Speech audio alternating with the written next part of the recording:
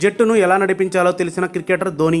Aussies గడ్డపై ముగిసిన 3 వన్డేల సిరీస్లో వరుసగా 3 హాఫ్ సెంచరీలు సాధించిన టీమిండియా మాజీ కెప్టెన్ మహేంద్ర సింగ్ ధోనీపై ప్రశంసల వర్షం కురుస్తోంది. క్రికెట్ లెజెండ్ సచిన్ టెండూల్కర్తో పాటు సెహ్వాగ్ వంటి దిగ్గజాలు ఇప్పటికే ధోనీపై ప్రశంసల వర్షం కురిపించగా, తాజాగా టీమిండియా మాజీ క్రికెటర్ సంజయ్ మంజ్రేకర్ స్పందించారు. ధోనీయే కాదు, అతని ఆలోచన విధానం, ఆట తీరు, కెప్టెన్సీ లక్షణాలు అన్నీ ఇప్పటికీ ఉన్నత స్థాయిలో ఉన్నాయి. తన క్రికెట్ కెరియర్ ముగిసిపోలేదని, తనను వెనకేసుకొచ్చిన ఎంతోమంది మాటను ధోని నిలబెట్టుకున్నాడు. కష్ట సమయంలో జట్టును ఎలా నడిపించాలో తెలిసిన క్రికెటర్ ధోని. గతంలో మాదిరి సిక్స్లు కొట్టగలడు అని చెప్పుకొచ్చాడు. మ్యాచ్ను ఘనంగా ముగించగలడు. 10 ఏళ్ల క్రితం అంతర్జాతీయ క్రికెట్లో ఆటపరంగా ధోని ఎలా ఉన్నాడో ఇప్పటికీ అలాగే ఉన్నాడు. ధోని గణాంకాల కంటే సామర్థ్యం గురించి మాట్లాడుకుంటే బాగుంటుంది.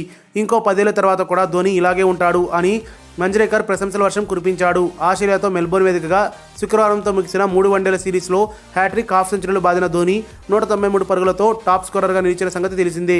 తొలి 2 వన్డేల్లో 5వ స్థానంలో బ్యాటింగ్ చేసిన ధోని 3వ వన్డేలో అంబటి రాయుడుపై వేటు పడడంతో 4వ స్థానంలో బ్యాటింగ్కి వచ్చాడు. 3 వన్డేల్లో మహేంద్ర సింగ్ ధోని 87 నాటౌట్, కేదార్ జాదవ్ 61 నాటౌట్, అజేయ అర్ధశతకాలు బాదడంతో 231 పరుగుల లక్ష్యాన్ని భారత్ మరో 4 బంతులు మిగిలి ఉండగానే ఛేదించిన సంగతి తెలిసిందే. దీంతో 3 వన్డేల సిరీస్ని 2-1తో చేజెక్కించుకుంది. అంతేకాదు, ఆస్ట్రేలియా గడ్డపై ద్వైపాక్షిక వన్డే సిరీస్ గెలవడం భారత్కు ఇదే తొలిసారి.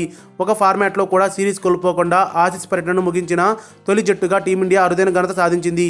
ఈ సిరీస్లో మ్యాన్ ఆఫ్ ది సిరీస్ గెలవడంతో ధోని ఖాతాలో అరుదైన రికార్డు నమోదైంది. అత్యంత పెద్ద వయసు 37 ఏళ్లు 195 రోజులలో ఈ అవార్డు గెలిచిన భారత ఆటగాడు ధోనీయే. గవాస్కర్ 37 ఏళ్ల 191 రోజుల్లో 1987లో శ్రీలంకపై రికార్డును ధోని బద్దలు కొట్టాడు. మరిన్ని అప్డేట్స్ కోసం మన ఛానల్ని సబ్స్క్రైబ్ చేయండి.